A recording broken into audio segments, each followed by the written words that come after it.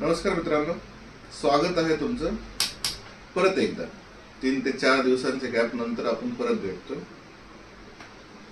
4 दिवसापूर्वी मी तुम्हाला एक स्टॉक सांगितलं होतं, त्याच्या मोमेंटमच्या आधारावरती तो स्टॉक एक 10 ते 15 दिवसांमध्ये वरती जाईल असं सांगितलं होतं। त्या स्टॉकचं नाव होतं बजाज ऑटो।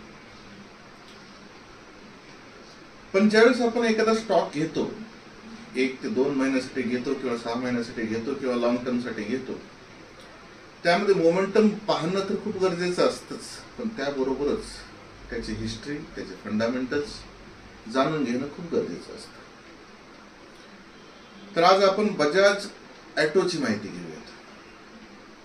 बजाज ऑटो हा जो स्टॉक आहे हा बजाज समूहातील स्टॉक आहे। बजाज ऑटो ही कंपनी बजाज समूहातील एक खूप महत्वाची कंपनी आहे। बजाज समूहाची स्थापना 1926 साली झाली।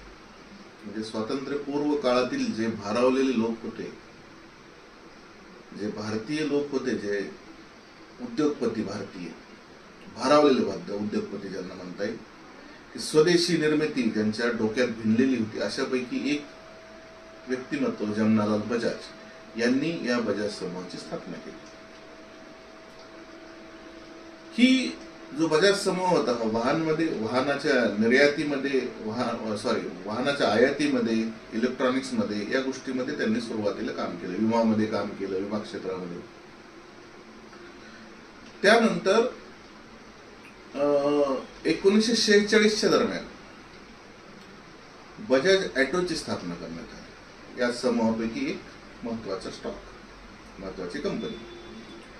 तर 1946च्या दरम्यान या बजाज ऑटोची स्थापना झाली। बजाज ऑटोचं सुरुवातीचं नाव बचराज ट्रेडिंग कॉर्पोरेशन प्रायव्हेट लिमिटेड या नावाने।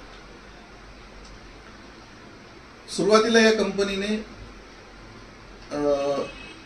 बाहेरील देशातून 3 व्हीलर आयात करून विक्रीचे काम केले। नंतर त्यांना 1959च्या आसपास वाहन निर्मितीचा परवाना मिळाला भारत सरकारकडून, आणि 1960 ते 1990च्या दरम्यान वाहन परवाना मिळाल्यानंतर या कंपनीने अक्षरशः एक क्षेत्रामध्ये धुमाकूळ घातला।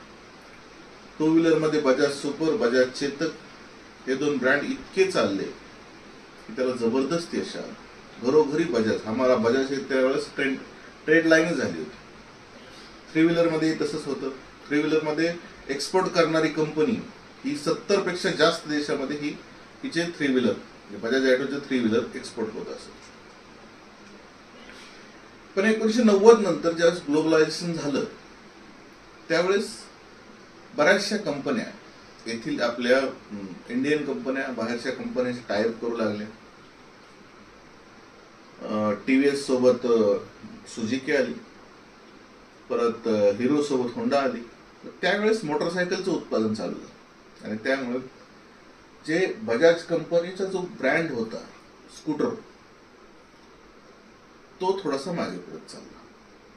त्यावेळेस बजाज ऑटोने काळानुसार कावासाकी म्हणून जी कंपनी आहे तिच्यासोबत टायअप केलं, कोलॅबोरेशन केलं, आणि त्यांनी KB10, KB100, KB125 असे मॉडेल्स मार्केटमध्ये आणले। त्यांना बऱ्यापैकी यश मिळाले। नंतर त्यांनी बजाज पल्सर नावाने मॉडेल आणले। 3 व्हीलर मध्ये त्यांनी RE म्हणून एक 3 व्हीलर आहे, त्यांनी तर बराच इतिहास केला, कारण की त्याच्या एवढी निर्मिती करणारी किंवा एवढं सेल होणारी कुठलीही कंपनी त्या तोडीस-तोड आलेली नाही। तर अशी ही बजाज ऑटो कंपनी, ज्यांची हिस्ट्री, फंडामेंटल्स खूप स्ट्रॉंग आहे। त्यामुळे आपण याचा मोमेंटम वरती तर नक्कीच विचार करू शकतो, पण लॉंग टर्म घेण्यासाठी पण आपण नक्कीच विचार करायला हरकत नाही। पुढील व्हिडिओमध्ये आपण भेटूयात नवीन स्टॉक सहित। नमस्कार।